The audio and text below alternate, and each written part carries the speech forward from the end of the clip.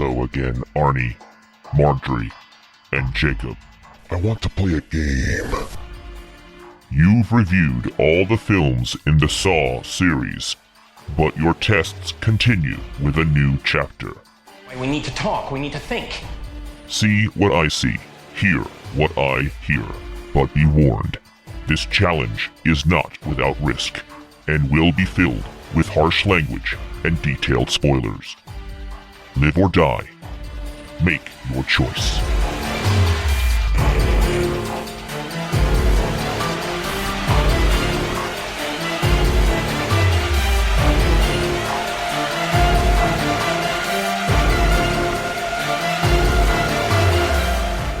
Today, we are discussing Spiral from the Book of Saw, starring Chris Rock, Max Minghella, Marisol Nichols, and Samuel motherfucking Jackson, directed by Darren Lynn Bousman. This is the now playing co-host who's always up for some new Jack City shit, Arnie. This is Marjorie. And this is the co-host who smells like jerk sauce and baby wipes, Jacob. So we're back at Saw. It's only been 4 years since the Cary Elwes one. Since the Cary Elwes one. Remember where he was Jigsaw? Is that what the last one was? I remember they pulled some BS with a flashback, making us think it was real time and it was years before. I can't even keep the series straight. Tobin Bell, like, he's the main bad guy. John Kramer dresses up as a pig, sometimes has a puppet. Yes. And tortures people. That, like, I could probably summarize that first Saw pretty well. Everything else, people get tortured. This has the most convoluted timeline of any movie series because it hops back and forth, and I don't know what anything is happening with the last few because it's just all over the map. I feel like they made a mistake by killing off Jigsaw.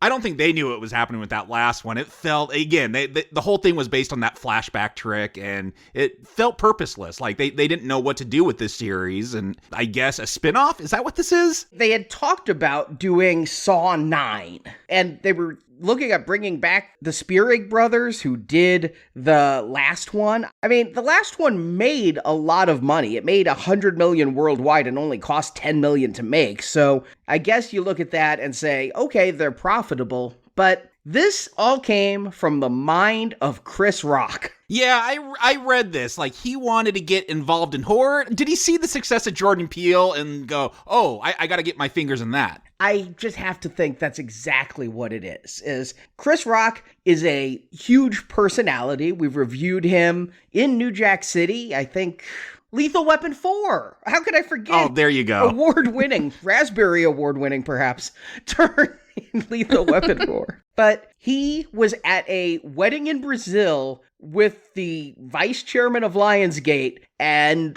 he said, hey, I think I should start doing some horror. I would like to do a Saw film that's in the universe, but parallel. It's not going to be John Kramer. John Kramer has been dead for several movies. We're just going to do a copycat killer that tries to revitalize the series. I would think that if that was his intent, that perhaps he would have found something really cool and interesting to do instead of try to shoehorn in this movie into the timeline, because that's all you're doing with the Saw movies at this point is you're faking timelines. Yeah, with this one having that subtitle, The Book of Saw, like what does that mean? To me, that's saying they want to deepen this lore, they want to expand it. That Saw, whatever those previous 8 films were, there was some kind of Bible, something like that, and this was going to expand on that and really show us how far-reaching John Kramer's mission was. I remember we were supposed to believe that in the final chapter, which was 2 movies ago, so I thought we were going to, it was going to be maybe a spin-off, a different timeline after all that.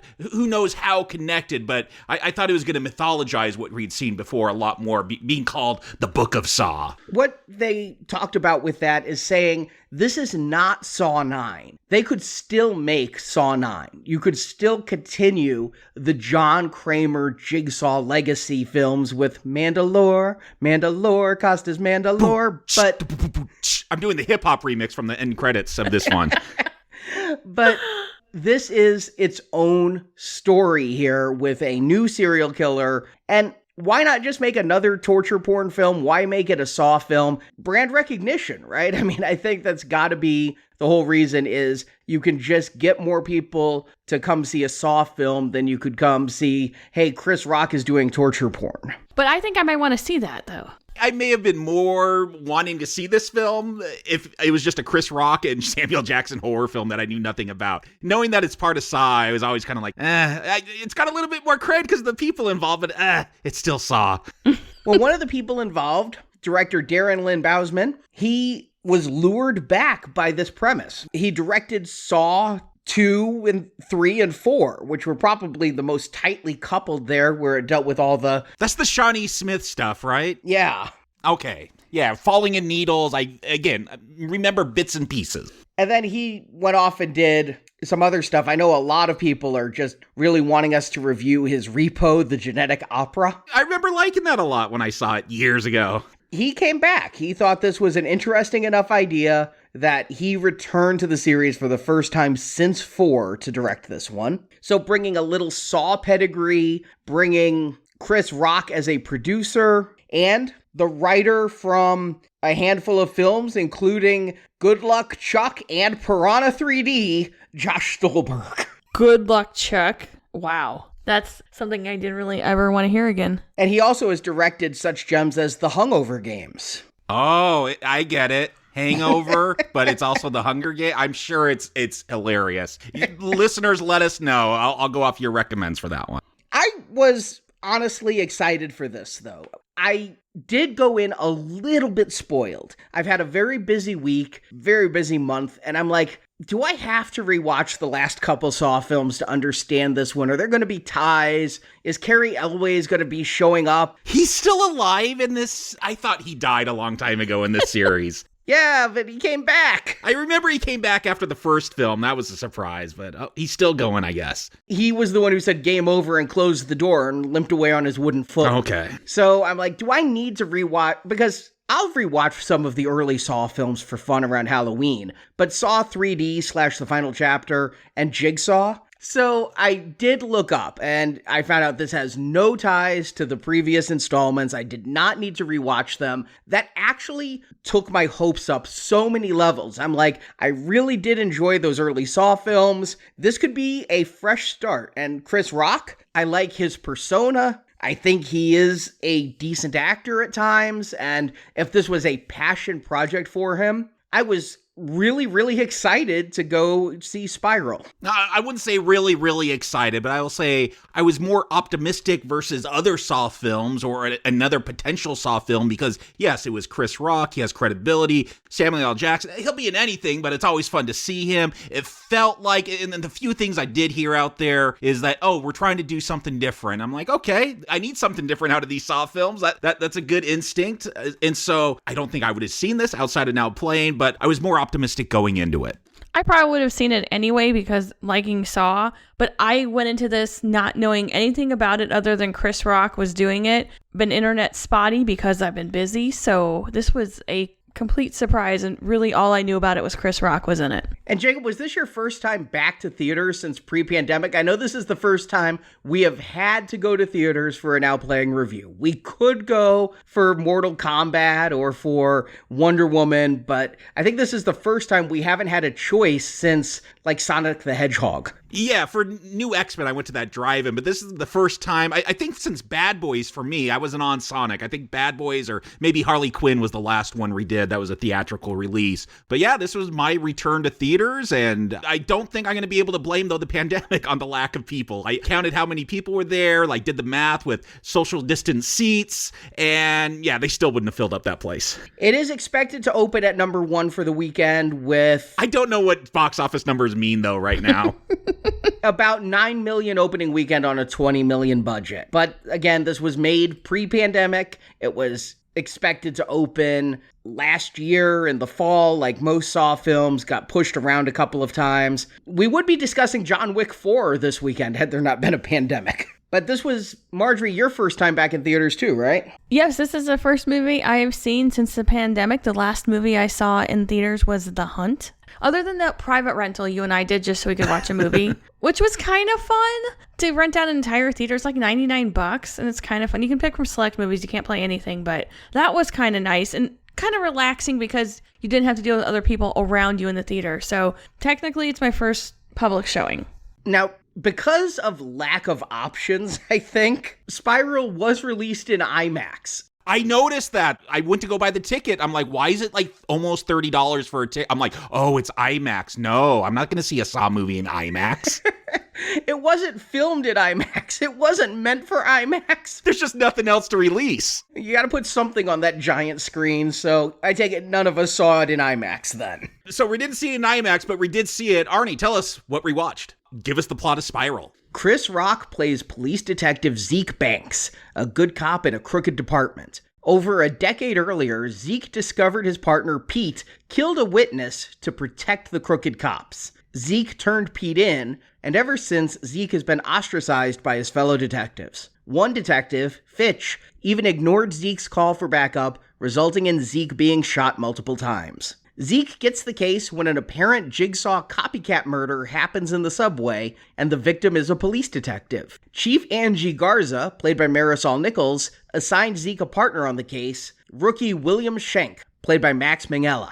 Zeke's father, Marcus Banks, played by Samuel L. motherfucking Jackson, wants to have dinner with his son and maybe help out on the case, but then Marcus disappears. The Jigsaw copycat seems to only kill cops, including several crooked cops, as well as Schenk. Zeke is always 2 steps behind. But finally, the copycat reveals himself to Zeke, and it's Schenk. Schenk was the son of the man Pete killed over a decade ago. Schenk was inspired by Zeke standing up against the bad cops, and he wants to partner with Zeke, where Zeke will find dirty officers and Schenk will torture and kill them. And Schenk has Marcus hostage. Marcus is being slowly bled to death, and Schenk has called the police. He then gives Zeke a gun with a single bullet. The bullet can free Marcus from the bleeding machine or be used to kill Schenk. Zeke chooses to save his father's life, but then physically attacks Schenk. The cops bust in, and the bleeding machine puppets Marcus like a marionette, having him raise his arm, and a tube pops out that looks like a shotgun. The cops think they're about to be shot, so they kill Marcus. Zeke tries to save his dad, and when he does, Schenk escapes in an elevator. Zeke is on his knees so the cops don't shoot him, but he looks awfully distraught as credits roll. Having you read out those names out loud really confirms the hilarity of the names they picked for every single character in this movie. Sometimes names, especially last names, were hard to find. Pete. Just Pete. Yeah, I went with whatever names they said. Zeke, Schenk. Like, sometimes it's a first name, sometimes it's a nickname, sometimes it's a last name. But they were Banks and Schenk. That does sound like a cop show, but not a good one. Right. My question is, what is the timeline? Like, I remember when we watched, what was it, the final chapter, and they're using, like, flip phones, and I'm like, I got an iPhone. Why are they using flip phones in this movie? Oh, yeah, because they're sticking to that original timeline, which is, like, I don't know, 2002 or something, and, you know, we'll find out something happened with Zeke 12 years ago, Chris Rock's character. Like, was he a rookie when the Jigsaw stuff was going on? I just don't even know, like, what the timeline is here. I am taking this to mean after the Jigsaw killers is when the police got crooked. After Jigsaw, John Kramer. This Article 8 they keep talking about, did they pass that because of Jigsaw to stop him? I believe so, because remember, like you said with the flip phones, the Saw timeline ended in the early 2000s. We see that the crooked cops came up, they say 12 years ago, and that would have been, this movie was supposed to come out in 2020, so that puts us in about 2008, so several years after all of the Jigsaw killings, and this Article 8 was passed before that. So I think as a result of John Kramer, the cops in this nameless city were empowered to be able to stop criminals more ruthlessly. Hey, is this a commentary on stop and frisk? Maybe. Oh, yeah, no. You could, instead of the Book of Saw, I call this, you know, instead of defunding the police, I call this Spiral delimb the police. Like, I know what this film is going after. It's very obvious. So I think that Chris Rock was joining the force right around the time of the end of the Jigsaw stuff, and it was an original draft. I came in like, please, please, please let Sam Jackson be Danny Glover's brother, let Chris Rock be Danny Glover's son. I thought that's what they were going to do. Yes, I thought they were going to do something like that. They were. In the early scripts, it was going to be done. Like, I was trying to remember, what was Danny Glover's name? Was he a Banks too? Like, is it all related? But the two writers said that just didn't seem credible to them. Their words were didn't pass the smell test. So sadly, no Danny Glover connections here. I don't know if I'm thankful for that or disappointed. But yeah, I think that's where the timeline is. I think this movie is happening now-ish. When was this supposed to come out last year? Because we open up on the 4th of July. Was this a summer film originally? It was supposed to be October 2020. Okay, Halloween film. Remember the tagline, if it's Halloween, it's got to be Saw. All right. But then before COVID, they actually moved it up to May of 2020. So maybe summer makes a little bit more sense. And then it was now May 2021. So yeah, starting off with fireworks, having this 4th of July celebration. So are we supposed to think that this is going to start off with a bang? I'm looking for symbolism in the shots. But this movie also starts at a carnival like Us did. Good call out. We begin with this cop who looks like a joke. He looks like a barbershop quartet singer. Like, is he undercover? Is that just his casual clothes that he wears on a normal night out? He has a straw hat like he's running for president in 1910. Yeah, and I agree. Yeah, and this guy goes chasing after a purse snatcher who may have pickpocketed him as well. I'm not really sure on that. The guy bumps into this cop, Boswick, but he snatches a purse and Boswick gives chase. None of these cops seem very good in this movie. So that Boswick decides, I'm going to hop down in the sewer to track this guy down, seems above and beyond. Yeah, I know. They're so, like, lazy. We're just going to lie on the stand to convict people. We don't want to do real work. But, yeah, I'm going to climb into a sewer to pursue a pickpocket who took, like, $3 from a lady. I don't even know if a good cop would do that. I don't think so, no. But we have to have a big opening kill. It's the way to grip us, especially since it's going to be quite a while before we have a second kill. And so this guy is attacked. Here's a returning iconography, the guy in the pig mask. The next thing we know, Boswick is standing on a ladder on some subway tracks with his tongue in a vice. The tape plays, new Jigsaw voice. I mean, they are seriously like, we are not the old Saw film. This is not in any way Jigsaw. We have a new voice. It almost sounds female to me. Yes! I really was on the Angie is the killer track, or the mastermind at least. My theory going in, it was based off the one trailer I saw. I'm like, oh, it's Samuel Jackson. He's devising all this. Like, I don't care, trailer, that you're showing me locked up in one of these devices. John Kramer faked his death for 90 minutes in the first film. Like, it's all fake. I know it's you. So, like, yeah, I had a going theory the whole time that it's Samuel Jackson and he's doing everything he can to cover his voice up. See, I kind of picked up who it was early on because I know who the actor was playing Shank. He's from The Handmaid's Tale. He's Nick. And I figured that he wouldn't be in the show unless he was going to be. Do you have a key part? Well, yeah, there's definitely a point this film's going to give away who the killer is. We'll get there, yeah. But with this first kill, again, we're in a Saw film. Like, that tongue vice, that's uncomfortable looking. Like, it's doing the things a Saw film should do. It's making me not want to be in any of these kind of torture devices because they always think up of the worst things. Going for eyeballs, jumping in pits of needles, and now having to rip your own tongue out. Just the pain of ripping your own tongue out, and then the thought of surviving the rest of your life without a tongue, unable to speak. I mean, that's what the tape says, is you have a lying tongue. So now lose the tongue or die. And then the goal is he's on a ladder. He can kick the ladder off, and his body weight will separate his tongue from his body, and he'll fall. And then he can get out of the way of the oncoming subway train. But honestly, aren't you going to be in so much pain from your tongue being ripped off that you might be out of your senses and unable to get out of the way of the train? Yeah, well, that's the thing. Usually with the Jigsaw trap, the whole thing is to trick you to try to get away. You got to mutilate yourself to get away. That's going to be painful. But the death you're presented is going to be just as painful. This guy dies pretty quickly. Not a bad choice B here. Just get killed by a train super quick, no pain. His body parts go everywhere, but it's a quick death. Well, if you think about Shawnee Smith in that first one, that helmet... I barely remember that, Arnie. She had that helmet that would have pried her jaw apart. She would have died pretty instantly. It's the ticking clock leading up to her death that had her freaking out. Not all of the deaths were slow. But yeah, this one, I gotta say I like it. I mean, the guy at the very last second, and I think it would have to be the last second. You're not going to just rip out your tongue without hoping there's another way out. But when he sees the train coming down the tracks, he rips his tongue out, but it is too late. And this is my favorite death of the whole movie. He splats like a bug on the windshield.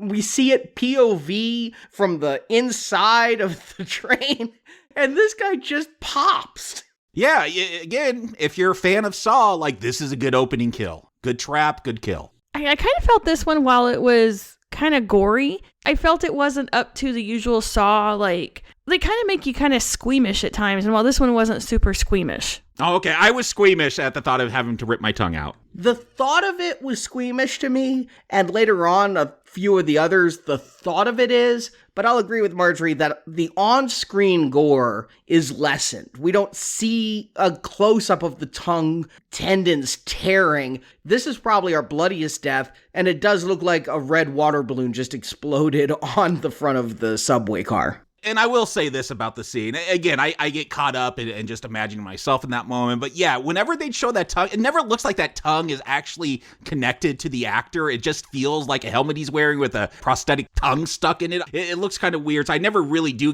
buy into what they're trying to sell me, that it's actually his tongue in there, because it just looks a little bit off to me. So yeah, I could see not totally getting into it because of just the way it's presented on screen. Like for Halloween, that they could sell that helmet with a fake tongue sitting in there. You could go as victim number 1 from Spiral. And then we get introduced to the hero of the film, Chris Rock, as Zeke Banks. They try to fake us out, don't they, at the beginning? Like, he's with a whole bunch of gangsters. They're about to do a robbery, taking cash and cocaine from some people. And my favorite Chris Rock moment of the movie is here in the beginning. It feels like B material from his stand-up routine.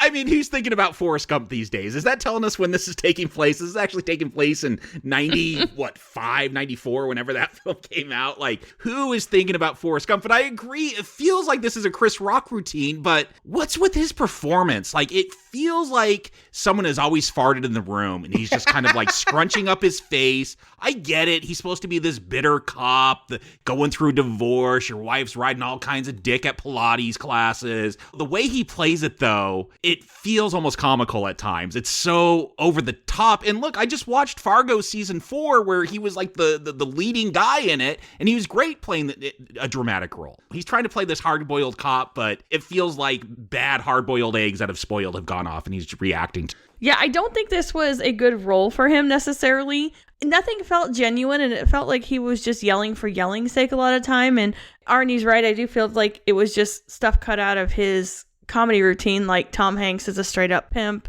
that kind of stuff. I don't think he emoted well. I think you're absolutely right on that. I think that most of the time he looked like he got way too high and that was his face. Like if somebody just says something really out there when you're super high, I feel like that was Chris Rock's face during the entire movie when he was thinking or upset. And just nothing felt good coming out of him. Like, I would say drama's not his thing, but you say he's good on Fargo season 4, so maybe, I don't know what was wrong with him in this movie. I'm wondering why they tried to have this quote-unquote fake-out opening. It's sort of reminded me of the start of Beverly Hills Cop when you're introduced to Axel Foley doing an illegal deal for cigarettes, and you think he's a criminal, but you see any trailer for Spiral, a single one, you know this guy's a cop. So I'm like, this is a sting operation or a SWAT raid or something. We're going to find out he's a rogue cop who doesn't talk to his chief and just goes undercover. He's a homicide detective, but he's busting some narcotics guys because they were involved in homicides and he was going to get evidence. So I'm thinking this guy's going to be an Eddie Murphy-ish kind of cop. We never get that. In fact, this never pays off at all, does it? That he goes undercover without reason? No, and I did get a chuckle when those gates open and all those cops are waiting for them to escape, and one of them's like, Zeke? Oh, you're involved with this? Oh, you're okay. I thought that was kind of funny, but I think there was a subplot, something cut out where the cops were going after Zeke thinking he was the Jigsaw killer. Like, we'll see texts get sent to Angie that come from Zeke. Like, here they introduce him as going undercover and not telling anyone. People don't know what this guy's up to. I thought that was going to be a whole thing where they're all all going to be chasing him by the end of it. And no, that never really happens. I agree. It feels like at the end, that's what it was going for, and it doesn't. You know, I haven't read anything that filming for this was halted due to the pandemic, but if you look at every movie we've reviewed the past few weeks. Yeah, we always say this has been rewritten, this has been cut out. They've done things to change this. Every film feels that way. Yeah, Mortal Kombat, they didn't even bother to film it. I gotta wonder if, again, some stuff here never got made, they didn't have time to do pickups. Chris Rock's a busy person, and if some of this wasn't fleshed out or just poor editing or screenwriting, but it does feel like that is something they're leading to and never fully go with. But we'll talk about the ending at the end. I think this is an interesting introduction for Chris Rock, but we are seeing a side of Zeke that we won't see again. Yeah, this feels like the most forced way to take that cop, that loner cop, and you're getting a partner, because that's the result of this. We're going to meet Captain Angie. I don't know if she's getting daily blowouts out with that hairdo. She's very well kept for a captain of a police force. Well, it's nice they did replace it from usually the angry old white man, because everything to this point about this movie is something that's been done. And I'm glad you pointed out about Beverly Hills Cop, Arnie, because I didn't get that connection. But this scene with Chris Rock and the captain is like straight out of every single cop movie. But there's not enough winks or nods that it's knowingly. It's just lazy screenwriting. Right. And that's what I think. I mean, that's the only excuse. I mean, nothing was done with anything to make you think, oh, we know what we're doing. This is okay. You're right. It's just, so far, they've just done everything rote and cliche. I think they wrote a line here because Angie Garza, she was berating Zeke for going undercover, and he's like, well, there's no other cop I can trust on this force. Not a single cop here has my back. But later on, she is going to stand up for Zeke. So I feel like they were trying to make her more sympathetic to Zeke, which is part of the reason why I thought she might be the killer, is she could be setting him up and giving him enough rope to hang himself. But she doesn't spend her time just yelling the entire time like the police chief from 48 Hours or The Last Action Hero. But her introduction is extraordinarily cliche. And let me just ask you, if you have a job and you go to work every day, and your coworkers leave dead rats on your keyboard and torture you and let you get shot, don't you think you might want to look at working someplace else? I mean, I think this is really commenting on the workforce in America, the work environment in America these days. You'll put up... No, I get what you're saying.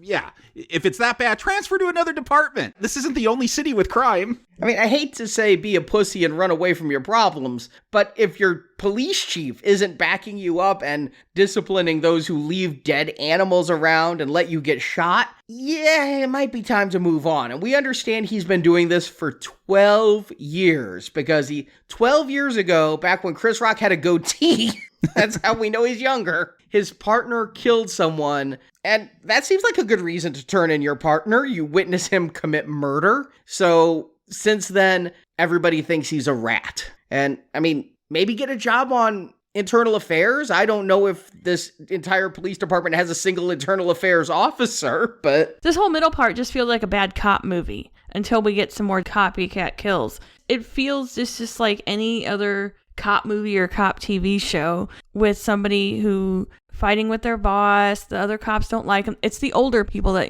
don't like him. To the point where, yeah, he's going to be given that partner, the rookie partner. Isn't that how it usually goes to? It's some kind of opposite of you, whether if you're black, they're white, if you're male, they're female. It's always something. So yeah, they're going to give him the rookie cop, played by Max Minghella. And you called out, Marjorie, yeah, I know him mostly from The Handmaid's Tale. I only watched 2 seasons, but does he turn bad? You say you got bad vibe from him because of that. He was kind of a good guy in that one. He's helping her out. So I didn't see him as a bad guy right away. I just figured somebody had to be the killer. I didn't think it was Sam Jackson because that would just be a complete turn and strange. But this guy who's kind of an upcoming actor on a hit show, that's why I'm like, and it just seemed kind of weird and shifty. And the voice, once I heard his voice, it sounded a little bit like the TV that was in the subway, the voice coming from the TV. And so like, oh, he's the bad guy because he's just way too calm, too easy. I knew who the actor was, and then his voice sounded kind of similar. And I actually wrote it in my notes at that time as he's the bad one. See, and I only know this actor as being in The Social Network as one of the partners with the Winklevi twins who started the Harvard Connection software, and I haven't seen him in anything else, so I didn't really know this actor. I did not remember him from The Social Network till I looked him up, but come on, rookie cop there. I'm trying to take it one of two ways. Either A, he's going to be the only person who has Zeke's back, or B, this is a Saw film. I don't think anybody's going to have Zeke's back. I figure he is in on it. I really thought Angie was the mastermind. Just from the very beginning, I thought Angie was the mastermind because it sounded like a female voice, and Shank was her subordinate, the Shawnee Smith to her Jigsaw, and that the two of them were working together, and she needed somebody to make sure Zeke didn't catch her, and so that's why she assigned him. I was half right. During this time also, I got major vibes with Donnie Wahlberg being the cop. Cops have always played a large part in the Saw franchise. Yeah. So this feels right to me. But good call that, yeah, I hadn't really put that together. But with the exception of, I think, maybe part 8, there always is usually a law enforcement presence, going back again to Danny Glover and the girl from Starship Troopers. Do not forget the great Costas Mandylor. Yeah. We must not forget him. With Shank, we are given a little bit more of Chris Rock's routine. This was in the trailer as well. Shank is talking about how he's having marital problems, and he's got a new baby, Charlie, and Chris Rock's like, you said, there ain't no such thing as Pilates. That's just her out getting dick. I thought that was a good line. And you could give her 600 Tuesdays, and that won't make up for 3 Saturdays. I'm like, yeah, I'm not thinking he's wrong.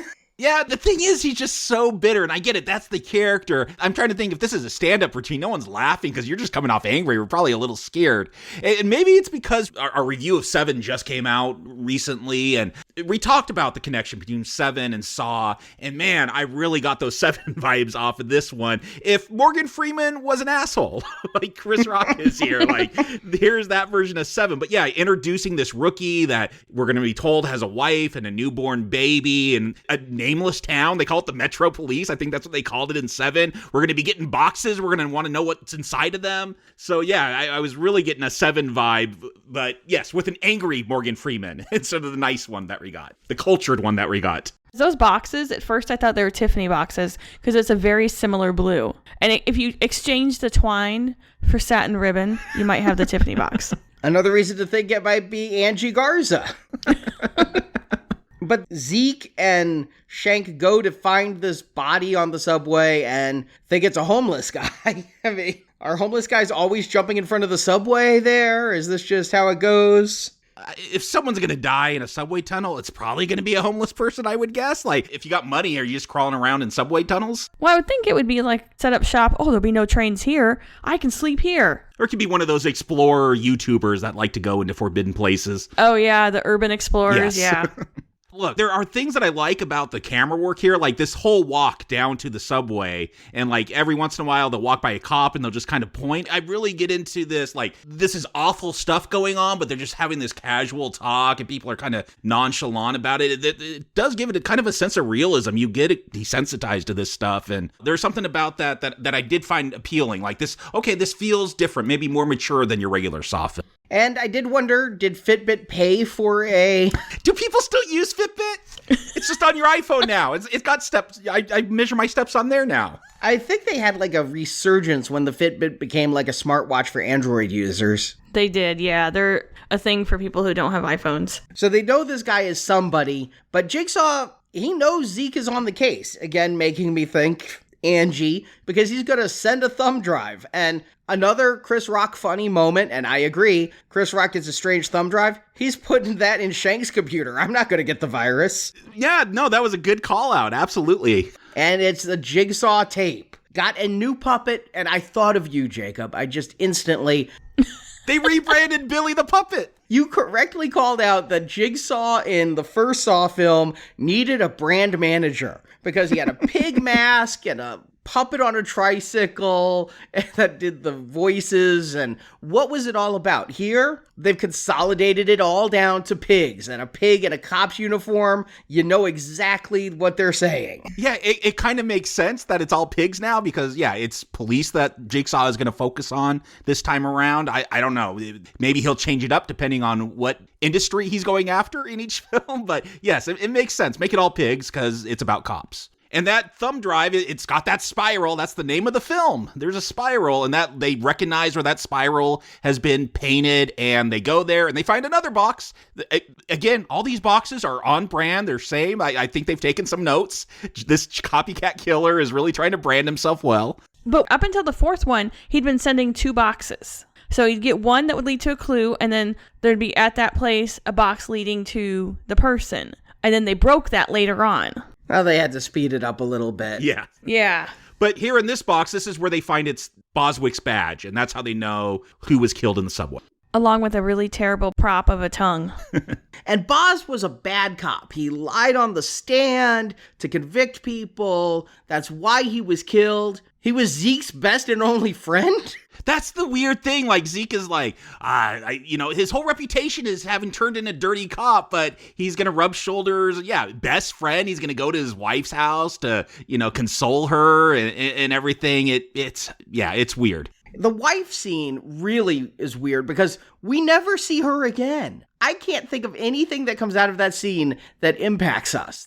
No, it's just there so Zeke, I think, could fight with his wife because she's there for some reason too. I guess they were couples that were best friends. Oh God, yes, this goes back to the cut subplot idea. That there would be some reason for his wife to be there and talk about how Chris Rock can't ever see the kid to lead people to think Chris Rock is an angry person who could become the Jigsaw killer. Because every scene of a movie should give you some important bit of information. And this it introduces us to the wife and that goes nowhere.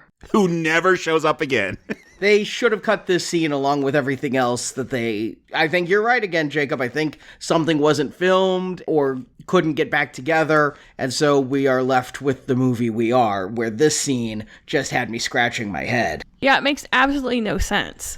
Yeah, and then we're going to meet, Zeke, he's having a rough day. He's going to go home. And Marcus, his father, Samuel L. Jackson, he's just sitting in his house, like waiting for him this doesn't seem like a normal thing. So this is why I thought, oh, see, that's because he's the killer. He knows about the death. He's just found out about it somehow because he's an ex-cop, I get. But it's just so weird that he's just sitting in the house. He just broke in. He's waiting for him. We're going to find out he lives in the same apartment building. No, he's the landlord. He didn't break in. He's got the key. He's the landlord? Yeah. Zeke says, I have renter's rights. And Marcus says, you start paying rent and then you can have rights. I thought he just knew he was back behind on rent or something with the landlord. I didn't take it. Okay, I see how you came to that conclusion. Makes sense. Yeah, so he's the landlord / father, but they're distant. They talk about how Marcus will just nod at him if they see each other, like they're the only 2 black people in the building is how Sam Jackson puts it. And now he's hanging out and they're going to have dinner. They're going to have this bonding moment, and maybe Marcus knows something about this Jigsaw killer. Maybe Sam Jackson was on set for 3 days. I can't tell. Well, it would have been really helpful because they're like, yeah, it's a Jigsaw copycat killer. Like, again, has Jigsaw just died? Have they had multiple copycats since his death? Like, well, Carrie Elways was a copycat. Did they capture him? I do not remember him even being in that last film that we reviewed. Costas Mandylor was a copycat. But they were all working with John Kramer, or he was dead. It's so confusing. They all had ties to John, though. That's my memory. So let's talk about the copycat for a second, because you just mentioned all these copycat killers. Do you know how much work goes into these traps? Oh, yeah, I know. You got to be a good engineer, like mechanical engineer. Yeah. That's like a lost trade, I think. Or like being able to do gears and all that. Yeah, you need to have medical knowledge to know exactly how far you can push somebody without killing them, because I wouldn't know that. I'd have to research that. The technology side to have things like turn on, and This is a real team effort. Right? But if you have 12 years of anger and you know about Jigsaw because he was a thing when you were a kid, like us with Ted Bundy, he spends all his time copping and... This is Batman level dedication, though. Like, I saw my father killed. I'm going to learn mechanical engineering, computer programming, medical science, biology. Like, it's a lot of stuff. Not to mention he had to go to the police academy. Yeah, then you got to become a cop afterwards. Because he wanted to be a cop to get in there. I mean, this is like the serious long revenge game. I mean, we're talking a 12-year revenge game, right? So, I mean, he had to do all of this when he's... So did he start when he was a little kid? The day after his dad died, he started. I mean, this isn't something you do lightly, and you take a lot of dedication. And we're talking about this like it makes sense in the movie, because we've seen the whole movie. But all of this is dripped out through flashbacks. You get to see, like, you're told that Zeke ratted out a cop. And then later you see a scene of this cop, Pete, talking to a witness and saying, oh, you saw a cop throw somebody off the roof. Later, we get more flashbacks. And this is all coming from, like, Chris Rock's POV. Like, he's having flashbacks. Like, again, I wondered, I was pretty sure it was Shank, but Chris Rock is having so many flashbacks, I'm wondering if this is going to go early 2000s. You know, we're going to go back to the original era of Saw where, like Fight Club, Chris Rock doesn't realize he's the Jigsaw killer. I know in the trailer I saw, it showed Chris Rock holding up that actual saw from the first one. I'm like, so yeah, because we never know the timeline and they love playing those time games in these films. I'm like, is he gonna like walk into that room right after like the other people were done with it? And like, how is this all gonna tie together? It was really frustrating that we didn't get all the information in a cohesive way. And if they think that they're giving us an intriguing tease... I mean, this is the 9th Saw film we've done. They're not going to change it up now. They never give it to us in a cohesive way. But all of this flashback stuff, it doesn't feel like they're misdirecting. It feels like they're just teasing information as if we're on the edge of our seat about who Pete is.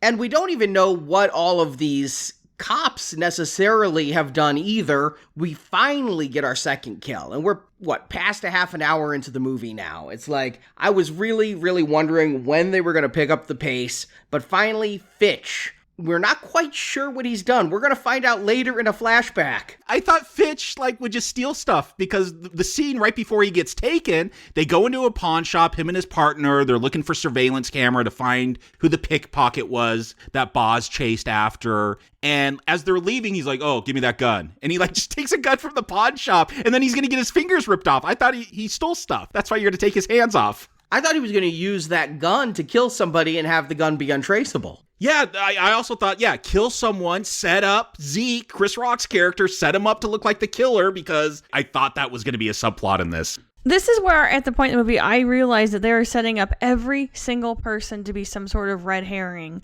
because they were trying to distract us from what was really going on. Because Fitch's partner, which is the lady, Prowse, they set those up to be really... shifty. I mean, there's a scene with Krause where she's got these shifty eyes when they're talking about, okay, here's how we're gonna do the case. I'm like, she's up to something. I don't know if that was a subplot or it's just a weird scene they decided to insert. Because she kept looking at him and the camera kept going back and forth between the two, and then they went off kind of on their own to look for it and not tell Zeke, and then we never see her again, I think. Yeah, there's one scene later where you find out about Benny, the pickpocket, and she's going to tell Zeke about it later on. Yeah, Benny Rides, the drug-dealing pickpocket. They're going to use him to cover up another death.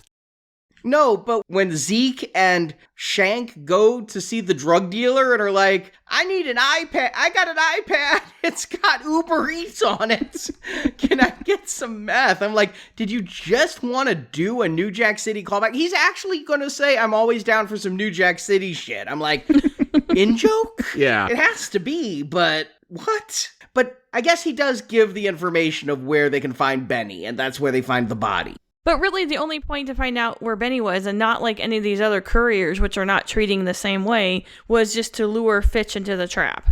But Fitch, this is the Chinese finger trap from hell, right? How did those stay on his fingers? I mean... I think they had barbs that dug their way in, but they weren't bleeding, so I don't know. They're just really tight, I guess. Okay. I thought it was a Chinese finger trap. I really did. That's all I could think of. I mean, how does a Chinese finger trap stay on? Yeah, that's what it looks like. But I think I could pull my way out of one of those if I had to avoid electrocution. You think? I don't know. The vacuum, I've tried to pull off Chinese finger traps before to think I could outmuscle it. And I haven't tried in the last 10 years or so, but last time I tried, I lost to the finger trap.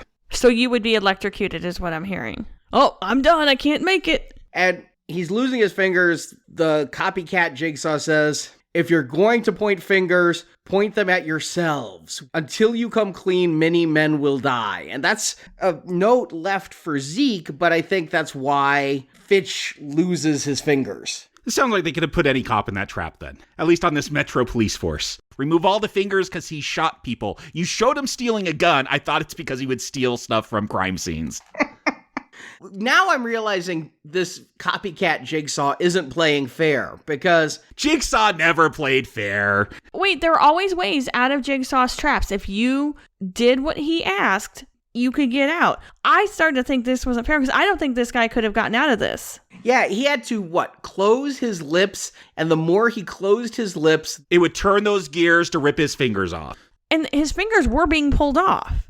Yeah, he would bite down and it would start to pull him off and it would hurt, so he'd stop and then he'd bite down again and then stop. but his fingers are ripped off and he still gets electrocuted. And I'm like, wait, the first guy also lost his tongue and got killed. Well, he didn't do it fast enough. Yeah, they were still getting ripped off as that water came up high enough to hit that copper wire and electrocute him. But are these a little different than when Shawnee Smith had to dig through a half-dead junkie to get a key? Yeah, I'm not getting as grossed out as much. Maybe because with those original Saw ones, I was my first real foray into torture porn, and maybe I'm just desensitized to it now. It just doesn't bug me as much. But this one, there's gore, there's fingers getting ripped off, and there's things where I could look at it and go, oh, that would awful. I could imagine what that pain would be like. But if you're a fan of just seeing the ooze and the pus and the flesh rip, I don't know if this one will be as satisfying. I don't think it will. And I don't know if it was the MPA censored some scenes and there will be a uncut version on digital in 6 weeks. But if you wanted to make my sphincter close up, you could do it with both the tongue and the fingers. If you gave me close-ups and I got to see the skin tearing and the muscle and the tendons and the sinew and then finally the joints popping off, I would be grossed out. The way this is, it kind of looks like silly putty in a vice. The props were no good. Well, and I did read that Chris Rock, when he got involved, he didn't want it to be a typical Saw movie. He didn't want the focus to be so much on the torture porn. And so, yeah, this is only our second death. Aren't these movies, again, my vague memory of a Saw film asked me to describe a Saw movie, and it's usually a group of people that have been abducted and they're stuck in some kind of crazy warehouse and they go room from room and there's a different game and a person dies in each one. That's not the setup here. Here we're going to see people abducted and be put into traps, but it's mostly a detective story. Again, the connections with Seven are more apparent than ever because this one is so detective focused on with the police work, and it's not so much about the torture. They could have just made a cop movie, and I think that that's what they tried to do, and then shoehorn Saw in there, because this is a perfect example of a procedural cop film that we have always gotten. I mean, it's very stereotypical and cliche as far as cop movies go. After this kill, speaking of cop drama, we get a scene where Shank calls Banks they just chat, and then Banks is sitting at a computer screen looking. You hear the baby off screen. We all knew this was a YouTube video of a baby crying, right? Yes. Yeah, I didn't believe it was real when they wouldn't show it. Or maybe Clint Eastwood came in to direct this scene. He never gets real babies. But gets another box delivered, another video, another spiral, and the flashbacks here are confusing me because I'm like, wait, is Fitch the one who killed the guy in the flashback? I didn't realize that was Pete. I'm trying to keep straight who is who in all of this. Later, much later in the movie, after Fitch is dead, we're going to see a flashback where Fitch lets Zeke get shot. But at this point, I don't quite know what Fitch did to deserve this other than he was a real jerk at the station. I think we're all just supposed to assume that every single one of Zeke's coworkers are dicks. But we are going to meet Pete, who we'll see in a flashback eventually, like, shoot someone. But yeah, he is no longer a cop. He's a AA counselor. He's at a church. I thought he was a priest at first. I'm like, okay, is Zeke religious? Why is he at this church? We're being introduced to Pete that Zeke is visiting. Pete is trying to say he's sorry. He's 18 months sober. Did the police force cover up this murder? Like, this is cold-blooded murder. This is not manslaughter. This isn't a chokehold that went wrong. He just straight up shoot a guy. Like, why is he out of prison teaching AA classes? Like, he should be life sentence? Yeah, and it made no sense why he was even going to see Pete because there's no reason to suspect him whatsoever. Does he always visit Pete like the ghost of Christmas past? Like, hey, Pete, remember when you killed that guy? I'm here to remind you that God loves me more than you. It was really hard on a first viewing to keep all of this straight. Fortunately, they're going to replay half the movie at the end, so if you missed it, it's going to be called out. Hey, but they always do that with Saw movies. Yeah, there's always just someone right off camera that they're going to reveal the sixth time in the flashback when they show it at the end. That's how Saw works. But it's also around this time that Zeke, he's trying to get together with his dad, work on that relationship, go over the notes of the case, and his dad has disappeared. Just as all these cop murders have started, his dad has disappeared. I think they want us to think that Samuel Jackson is the Jigsaw killer if he's not around to have whatever takeout was getting delivered to his house. I thought that some of the stuff, and it's hard to tell because it was dark in the It apartment. looked like he was building stuff. Yeah, but then you see some of the model trains, you're like, okay, so that doesn't even really make sense. I mean, if he was into like gardening or something and you showed like mechanics, I'm like, oh, okay, maybe he is the killer, but he's into model trains, so it didn't have the same effect. So at this point was where I had made a note to myself with what I thought was going to happen in the movie. Zeke will break the rules to find the killer and become a last victim and will also need to save his dad. Oh, you called it. I did. Just when the pizza delivery or whatever they got that he picked up, I'm like, oh, okay, Zeke is definitely going to be the last victim and it's going to be a setup and he's going to save his dad, because it reminded me of the Saw movie that the Irish guy was in where Shawnee Smith was the caretaker for Jigsaw and running the show, kind of. And it is around this time, too, that I really changed my theory of what was going on, because we're going to see a little can of hobby paint get delivered. I'm like, they're going to tell us they're going to go to that hobby store. It's now a butcher shop. And Shank, Zeke's partner, is hanging there. He's been skinned. And I'm like, oh, okay, so Shank's the killer because they didn't show him get abducted. They didn't show us any torture. Like, all of a sudden, Shank, like a main character in this movie, is dead. Okay, he's the killer. This is a cover-up. Yeah, I mean, that cemented it. But they showed us Fitch's death in flashback. Like, they found the body first. We saw him get abducted, though. Like, this was totally out of the blue. This was. And the Charlie tattoo, I'm like, if they don't show us the death... Again, I thought from the first moment he was introduced that he was in on it. I never thought he had the brains to be the mastermind. I just thought he was in on it. Did he, like, buy the hobby store and turn it into a butcher store, like, all in preparation for this? How deep does it go? So wait, he also had to learn how to be a butcher. Man, this guy can do anything. Butcher, real estate, small business owner. But the person he really skinned was that drug dealer, right? Benny? Yes, the pickpocket, yeah. / meth addict. Mm-hmm.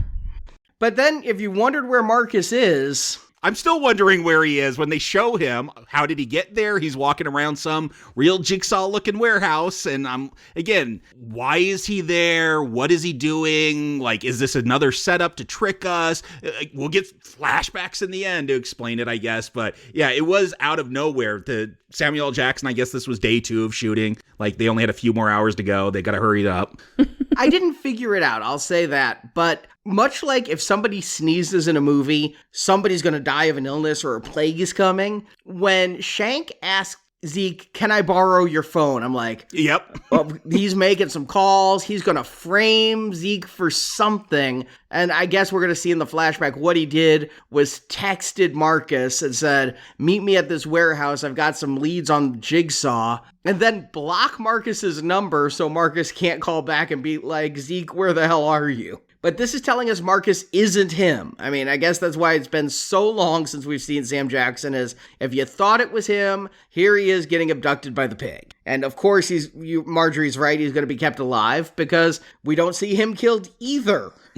Then Jigsaw seems to be screwing up. He just like slashes a cop with a Freddy Krueger glove. Yeah, I did wonder, is that a victim that got away? Like that abduction didn't go quite as well? Did they not have time to film this abduction scene? Because it would have been really nice to see this cop attacked instead of just having Chris Rock talk to him about an attack, and then Chris Rock realizes, oh crap, we've all been lured away from the police station. And somebody, as you mentioned, Jacob, somebody texts Angie as Zeke, check the cold case files. And I mean, at this point, we think that Shank is dead. So who texted Angie from Zeke's phone?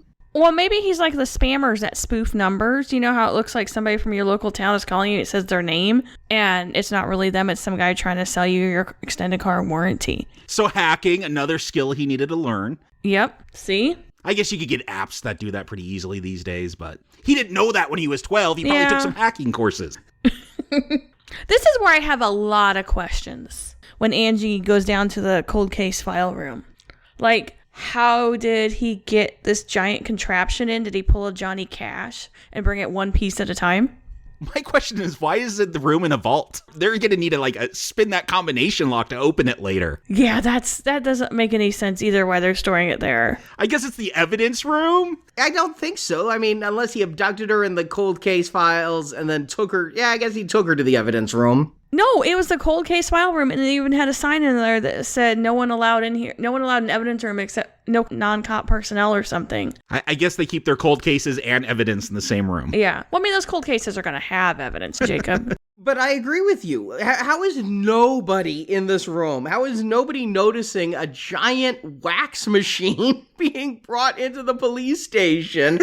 How do you set this up? That's how cold these cases are. You're able to construct whole mousetrap devices in there, Rube Goldberg devices in there to kill people. No cases are getting solved. Did Shank work as a beat cop and bring in one piece every day to leave in the evidence locker? That's what I said. He Johnny Cashed it.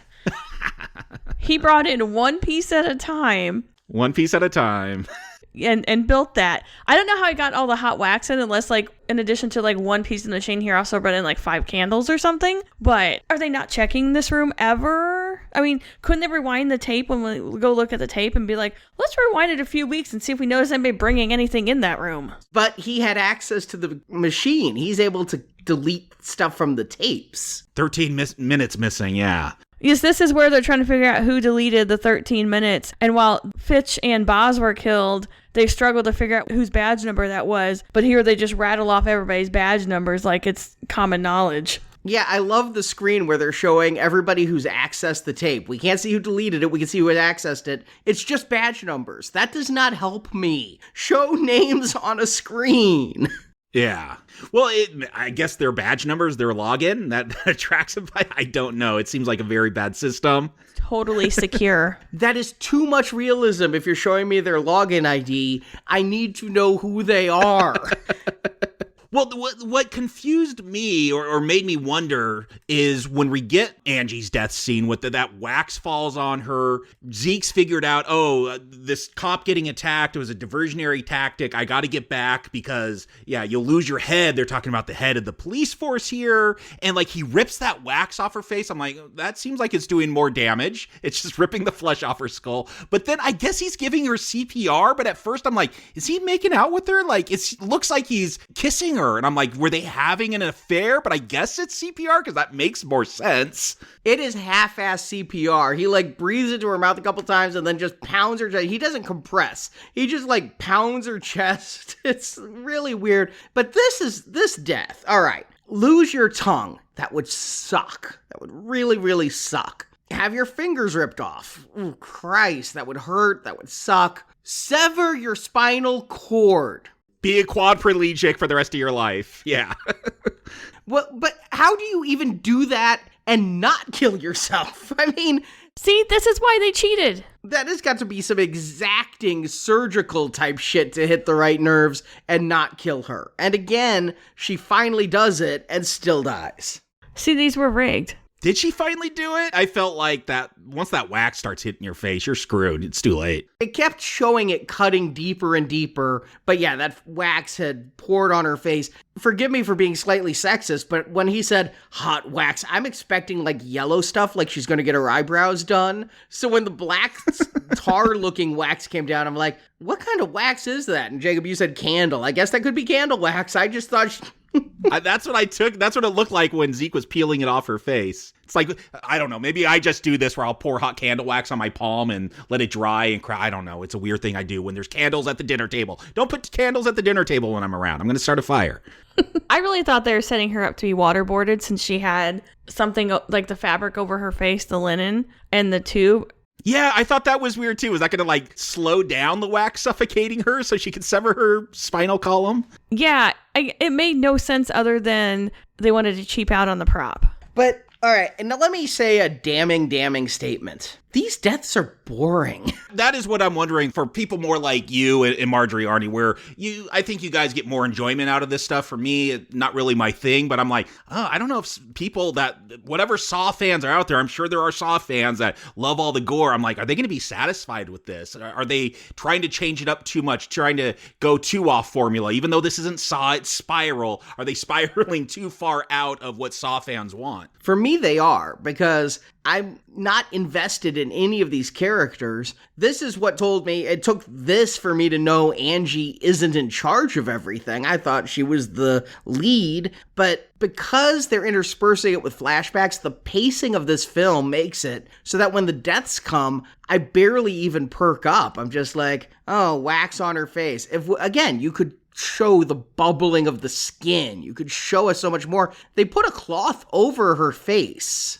I think that's supposed to be symbolic because of how they abduct everybody. They constantly are covering their faces and dehumanizing them, but it just made for a really boring kill. And when Zeke got there and started peeling it back, the first thing I saw, I'm like, oh my God, that's some Freddy Krueger shit under there. But he keeps digging, and I'm like, she looks just kind of normal. She doesn't even look lobster red. Yeah, I feel that there's no winning for her, though, because I don't think that would have not killed her, though.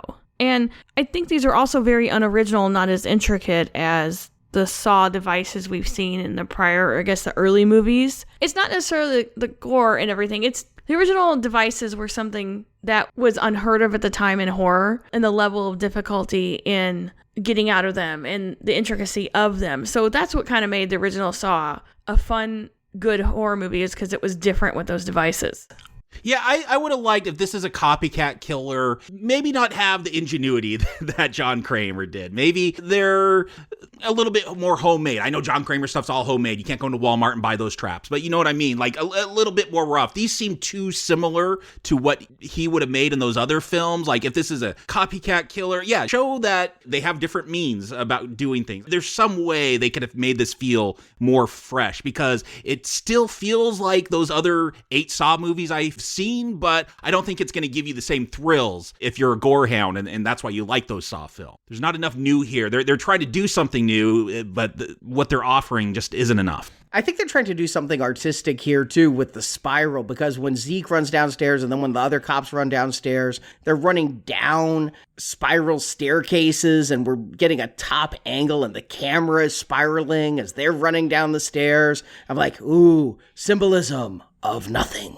Can we just talk about the spiral? Because, I mean, that's the name of the movie. That's the iconography we're seeing a lot, that, you know, Jigsaw's using that to mark his kill spots or where clues are hidden. And we're told what? It's just, this is how things improve. Like, we got bad, corrupt police. I'm going to fix the police, and things evolve in this spiral shape and change and become better or something. Like, I know, what was John Kramer's motivation? Like, I remember some healthcare thing. Like, doesn't he go after Carrie Elways because he denied curing his cancer or something because he didn't have insurance? Like, I remember a lot of healthcare talk in those original ones. I don't know if they were all about healthcare. It was lack of bedside manner when telling John Kramer that he was not going to survive the cancer he had. Right, and then John Kramer's wife was pregnant, and the junkie pushed the door into her and killed their baby. Is that was it? He just didn't tell him nice enough that he was going to die? Like, he was rude when he told him he was going to die? Yeah. Which we find out many, many movies later. Okay. Yeah, I just remember finding out about people getting denied services from their healthcare providers and stuff like that. And they're going for a similar, like, socially conscious message here about corrupt police. And are the Jigsaw killers, are they, like, anti-heroes? They're going after bad people in secret? Like, is that why they believe this spiral it's a sign of evolution and improving things? We're going to find out that that's what Shank thinks, but I don't know. I feel like they've gotten more and more where we're supposed to be able to root for the killer here by killing bad people. But initially, those bad people weren't always bad. I mean, remember the guy who just, his badness was that his son died and he didn't take it well? I mean, That was the Irish guy that I thought that this last scene. Kramer was tough on some of the victims he picked. Yeah, I mean, that was the one where I thought the guy would... this is what the ending of this movie reminds me of, is that Irish guy avenging the death of his son and trying to make it right with those people.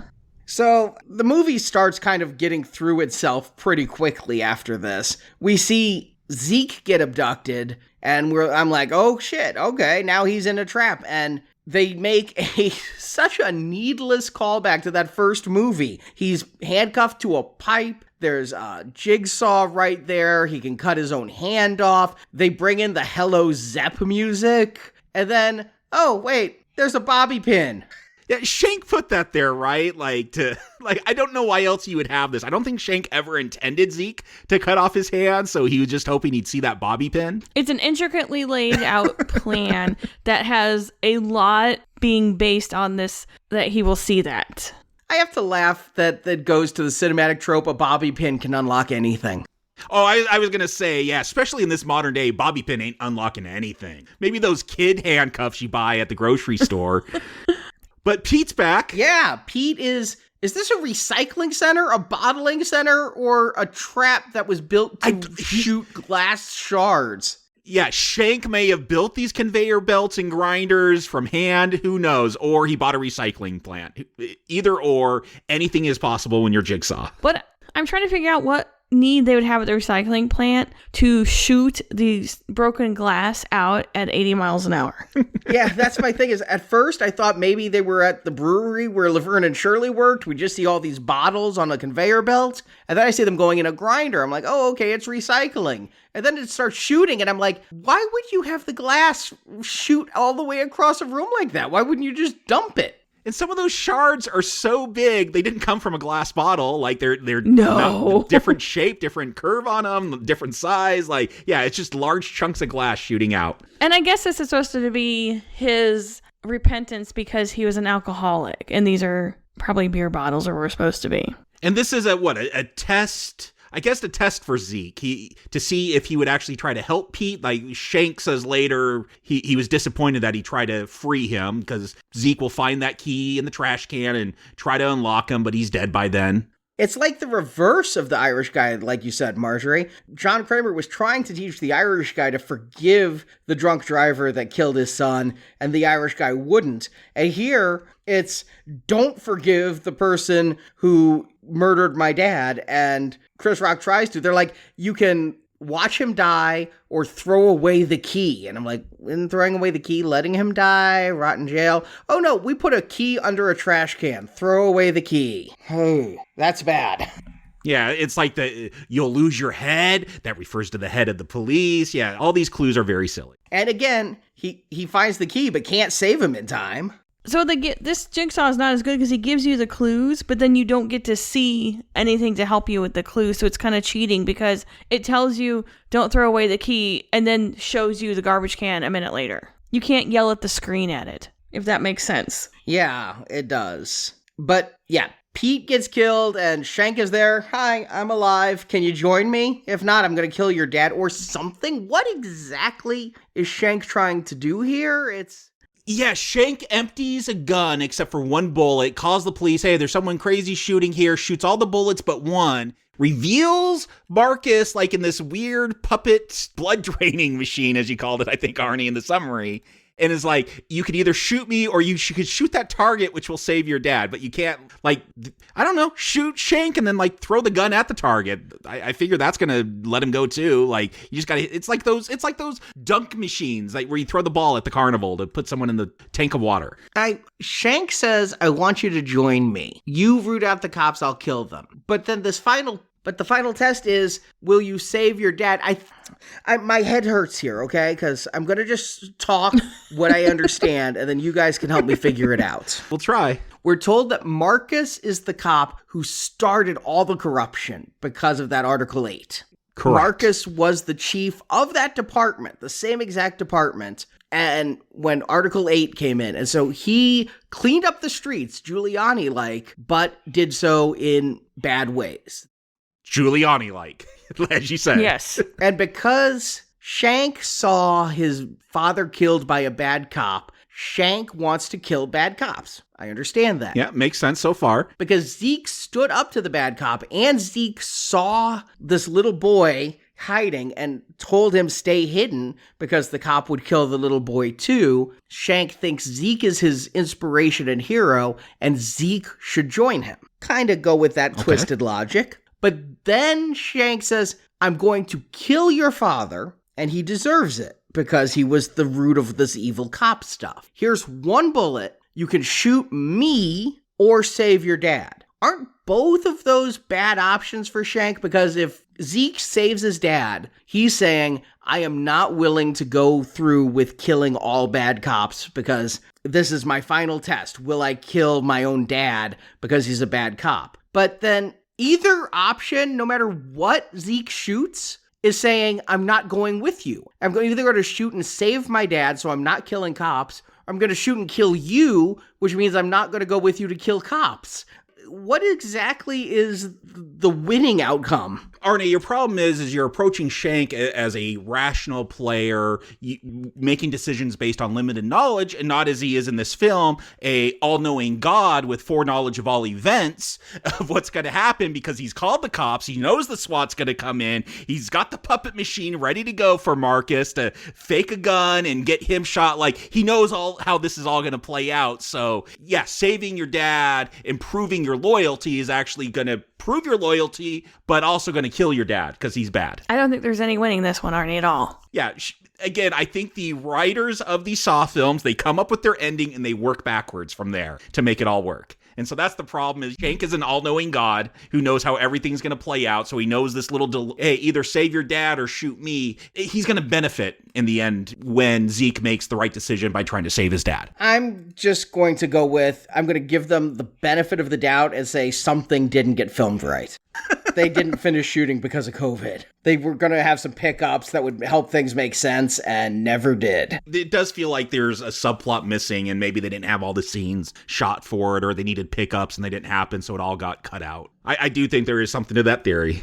I kind of like this end. We've seen the pig puppet in the cop outfit all the time. Zeke saves his dad and then attacks Shank to try to stop him from getting away. And because Zeke is distracted with his fist fight, he doesn't notice that those IVs become marionette strings to puppet Marcus, the head pig of evil cops. And there's this really cool spring-loaded pipe on Marcus's arm to make it look like a shotgun. And so when all the cops come in, because those shots that you said Shank fired, he fired them while calling 911, saying, I need help here. And so every cop in the city has come, and they're going to come in and there's spotlights to backlight Marcus so the cops can't tell he's being puppeted, and they shoot the shit out of Sam Jackson. And then Shank just like goes into an elevator or something and credits roll. Like, again, very hazy memory of the other Saw movies. Do they all end this abruptly? Yes, they do. They do. Okay.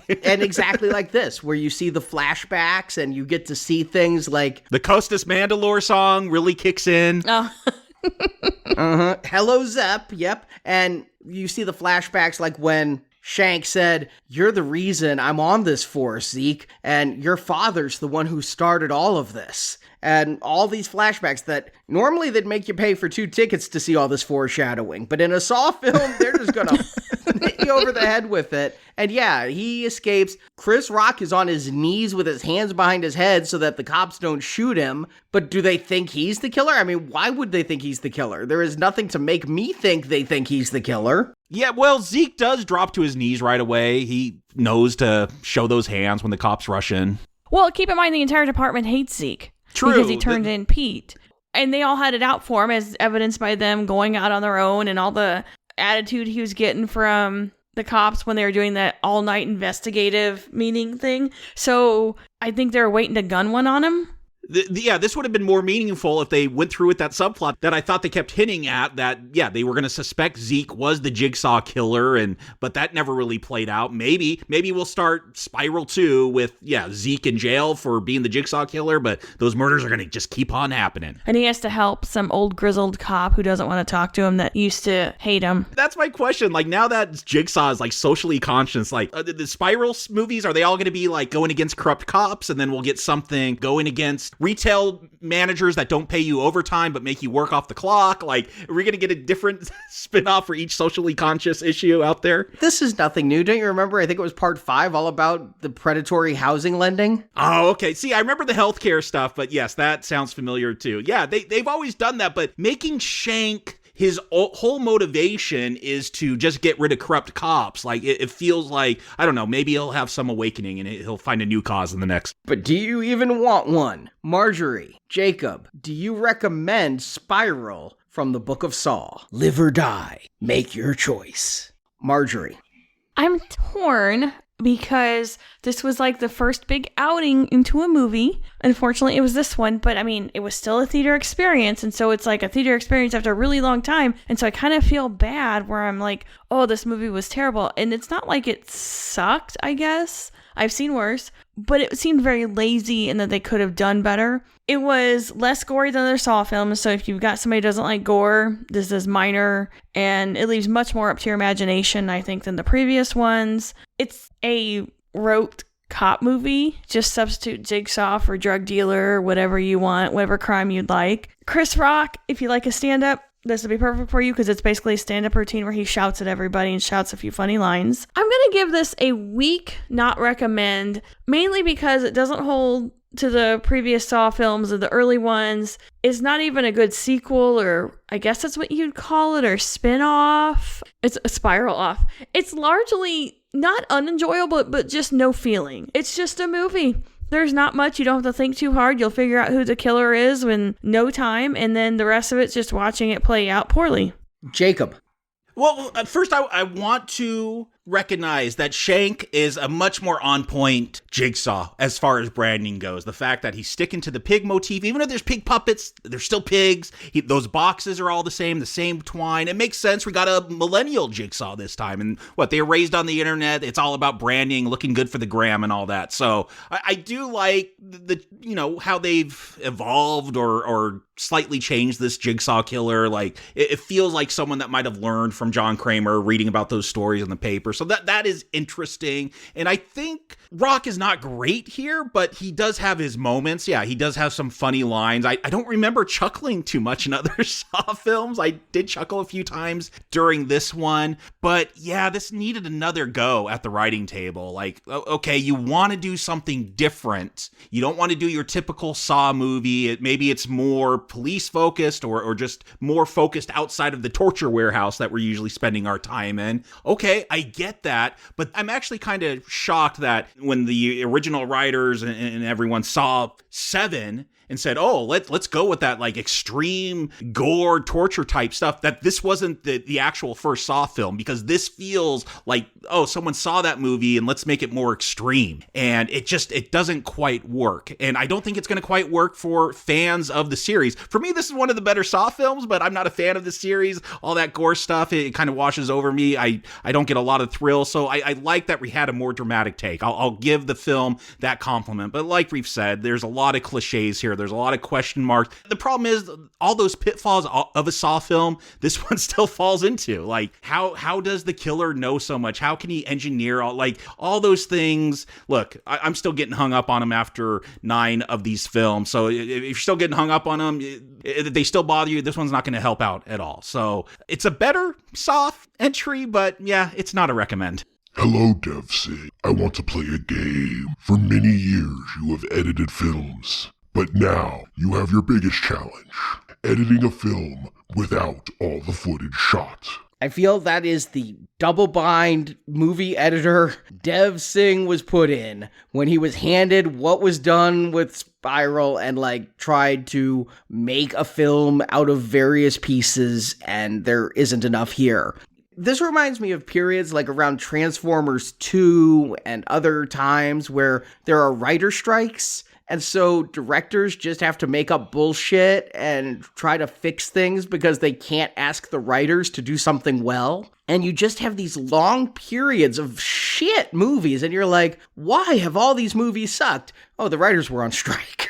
You had nobody writing, and you had studios mandating release dates, and so out comes turd after turd. And I feel like that's what the pandemic has done to anything that was shooting near the time that it hit. I mean, I will say, watch season 4 of Fargo, you definitely feel like there is no ending to that season. Like, oh, we just got to end it because we were filming and the pandemic hit. Like, it happened to Chris Rock maybe twice, that one and this one. Yeah, there's always time planned for pickup shots. There's always time planned for a chance to fix a film after the first edit. That's something that's been standard for 20 years now in most films. And this film had a $20 million budget. I think that's double of any Saw film. Most of it had to be going to the cast, but I think surely some was budgeted to do this, and they chose a release date over a cohesive film, and I can't imagine Chris Rock, who had this idea and really wanted to make a Saw film,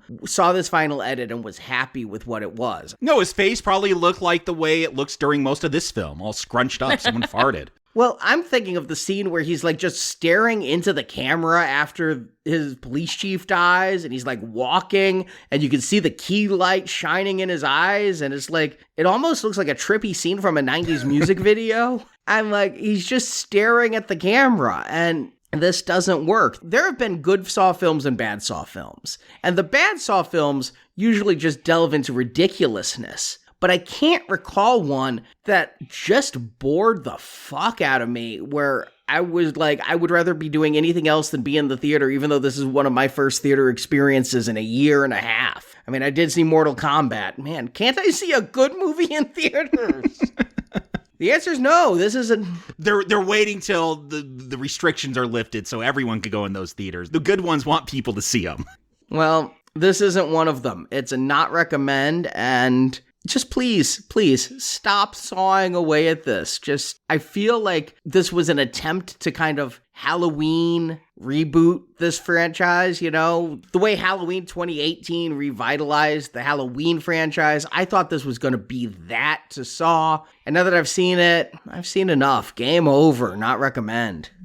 I mean, do either of you want another Saw? I can't imagine Jacob does. No, I never wanted to come back to this franchise, even though, here's the irony, the franchise that got me on and now playing is also the one that got me into theaters, but I didn't want it to be this one. Yeah, I kind of feel that there's nothing else anybody can add to this or do to make anything else better from the previous series. I mean, were they campy? Sure. Do they need to keep making them? No. The well is dry. Just stop. That's kind of how I feel too. The more they put them out, the more it just ruins the memory of a franchise that once was beloved and good.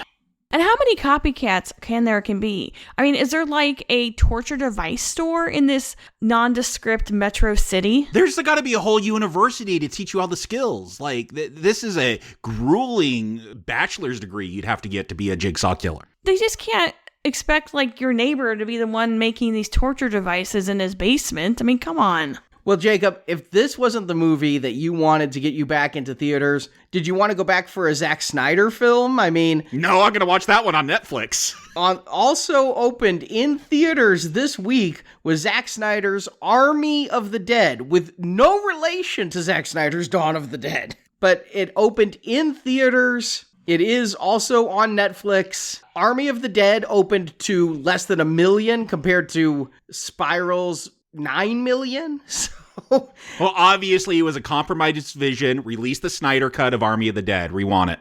well, that's what we're releasing next Tuesday. You, I, and Stuart are going to be revisiting Zack Snyder's Zombieverse because to this day, I gave Watchmen a recommend, but the only Zack Snyder film I really like a lot is Dawn of the Dead. So, Zack Snyder, zombies, I'm kind of ready for it. And in the meantime, this Friday, if you'd like to play a different type of game than Jigsaw's, our David Fincher thriller series has its second episode. Last Friday, we released 7, which again, you watch the first 7 and you see exactly where the idea from Saw came from. 7 is a much better Saw film than Spiral is. Well, this Friday, we continue looking at Fincher's thrillers with The Game, his Michael Douglas, Sean Penn LARPing movie. Yeah, it feels like that. What if Jigsaw became a corporation? You get The Game? Not as much murder, but yeah, still all the tricks and all the moments of catharsis and understanding what life is really about. Yeah, it is one long game, and find out if it's one we'd like to play by becoming a gold level donor at nowplayingpodcast.com/donate. You get to hear all of our reviews that are already out of the Dirty Harry films, and then you'll get all of these David Fincher reviews. Plus, since David Fincher did The Girl with the Dragon Tattoo remake, you'll also get reviews of all of the Girl with the Dragon Tattoo movies. So all those details and the way to support our show and keep us coming out every single week are at nowplayingpodcast.com. And Marjorie, Jacob, thanks for playing the game.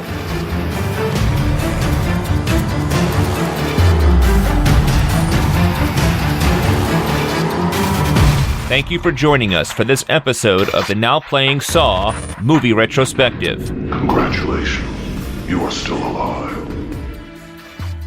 Please leave a review for us on iTunes or post about us on Facebook, Twitter, or your social media channel of choice. You can find more Now Playing retrospective series at our website, nowplayingpodcast.com. Series include Halloween, Friday the 13th, A Nightmare on Elm Street, Child's Play, Phantasm, and others. This is the most fun I've had without lubricant.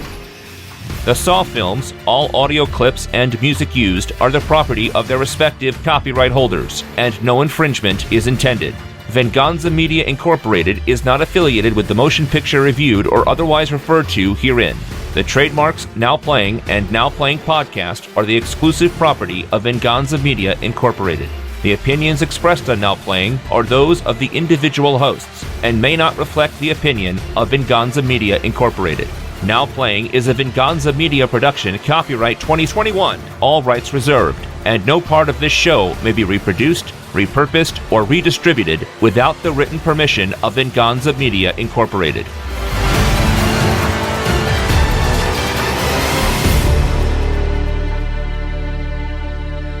Game over.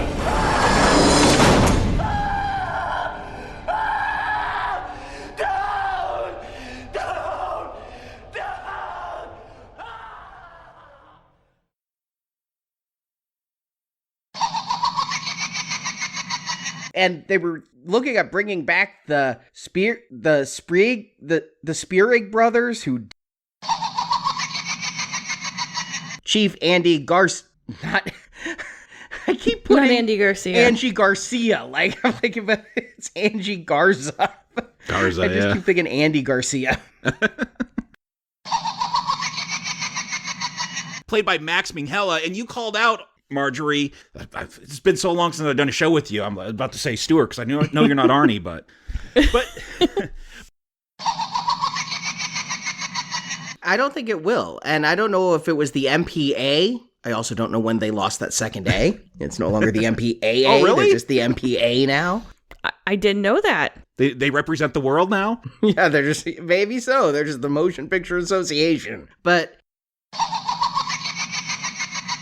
Well, I mean, those cold cases are going to have evidence, Jacob. So